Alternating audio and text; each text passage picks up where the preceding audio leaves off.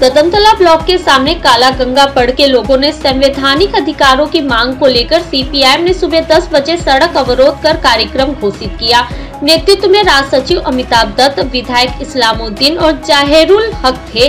साथ ही भाजपा की ओर से प्रधानमंत्री और वित्त मंत्री को सम्मानित करने हेतु धन्यवाद रैली आयोजित की गई। दोनों कार्यक्रमों के एक साथ होने से सुरक्षा कड़ी कर दी गई। सीपीएम कार्यकर्ता अवरोध शुरू करने से पहले ही पीछे हट गए और पार्टी कार्यालय के सामने जुटे। भाजपा की रैली कड़ी सुरक्षा के बावजूद बाजार की ओर बढ़ी।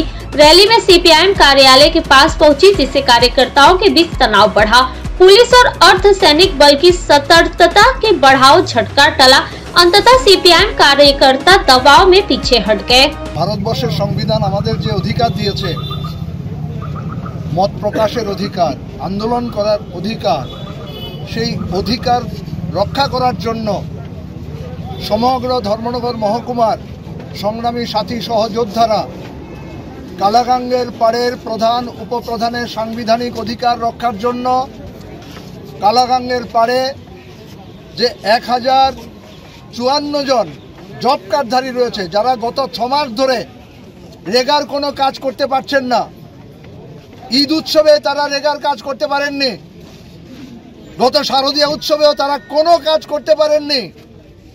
এই ক্ষুধার্ত মানুষের সমাবেশ ঘটেছে আজকের পথ অবরোধ কর্মসূচির মধ্যে। আপনি গোটা কদমতলা ব্লক এলাকার রাস্তাঘাট যদি দেখেন, যুদ্ধ বিধ্বস্ত। রোগী হাসপাতালে আসতে পারে না, যান চালকরা গাড়ি চালাতে পারে না। আমরা বলেছি এই যুদ্ধ বিধ্বস্ত রাস্তা সংস্কার। আমরা বলেছি রেগার শ্রমিকদের মজুরি দাও, তাদের শ্রম দিবস বাড়াও। Fact finder.